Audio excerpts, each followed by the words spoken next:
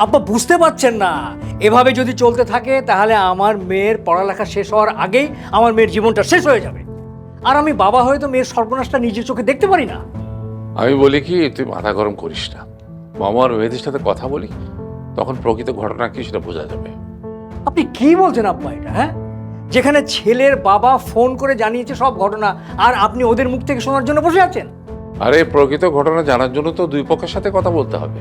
আব্বা, প্রকৃত ঘটনা আসলে অন্য জায়গায়। আমি আমি কিন্তু ঠিকই বুঝতে পারছি।